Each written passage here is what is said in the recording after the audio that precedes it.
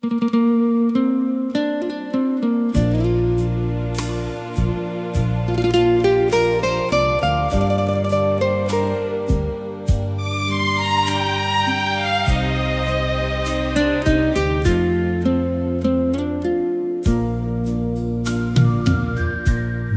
កុំលុះចាស់65អូនស្រីក្រមុំអាយុ30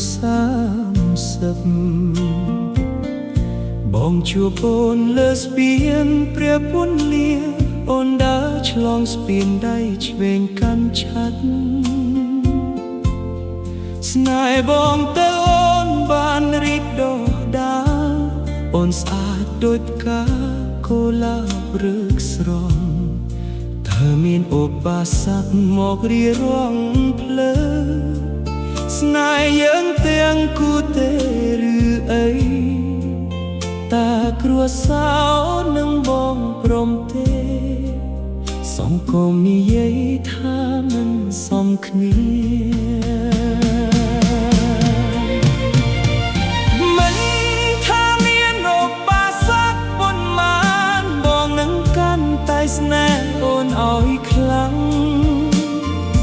បងអូនប្រឈមមុខនឹងភៀវភ្លៀងស្នេហ៍បងនឹងអូនមិនបោះបង់ជារៀងរហូតបងនឹងការពារអូនពីគ្រប់ការលំបាកស្នេហ៍យើងនឹងភ្លឺជាងពន្លឺព្រះច័ន្ទចងចាំស្នេហ៍យើងថ្ងៃដំបូងលើស្ពានព្រះពន្លាបងស្នេហ៍អូននឹងវាលស្រែអូនស្រូវពណ៌ខៀវខ្ចីស្រស់ស្អាតស្នាមញញឹមរបស់អូនបងភ្លឺយកមកងឹតរបស់បងសន្យាយើងក្រោមផ្កាយយើងនឹងនៅជាមួយគ្នាបងនឹងប្រយុទ្ធដើម្បីស្នេហ៍ឲ្យអស់ពីកម្លាំង